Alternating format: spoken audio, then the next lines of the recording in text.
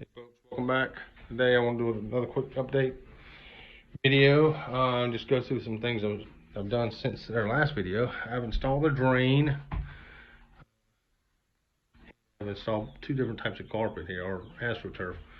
One's actual I guess it's astroturf. I got it from Tractor Supply. I already showed it to you guys. And then another one's called Eco Mat that I got from Lowe's. And this seems to me more of like a felt type material here, where this is more plastic.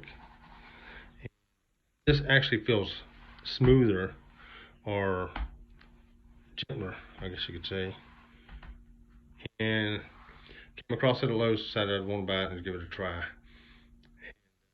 gonna look kind of odd, I guess, two different textures in here, but hey, it's all about what's better for the bird in the long run. So, and I may wind up converting this over to a wall carpet, hang over here, instead of buying another piece of plastic there. We'll see. All right, I've installed, I don't know if this is going to be a temporary or if it's going to be permanent. I've installed my perches here. So, of course, you see where I've used this carpet here on my perches. And come about 2 feet away from the windows, all the way down, about 2 feet away. These bars open right now because I was doing some work with the windowsill here. Over here also, you see it kind of went into like a Z pattern. I don't know how that's going to hold up long term. Come vertical, down vertical.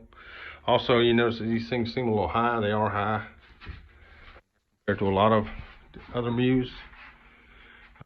Basically, I'm picturing the bird sitting up here. The bird's head's up here like this, and he's able or she's able to look down over the window bar there and look at instead of sitting at this angle here and looking straight into a fence. Same thing here. Bird sits up about here, and the bird's looking down. And what I'm trying to do here, and I could be wrong about my thought process, but I'm thinking that in nature, the bird's used to sitting up higher and looking down at its prey or down at its foe. Predators is looking for it, also at prey. So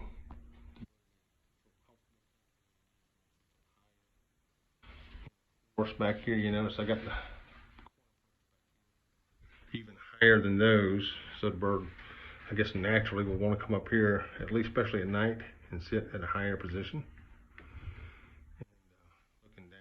I thought about, you guys let me know, I thought about putting this perch here, there, between these two windows, for like, almost like the bird's backing up into a hole at night.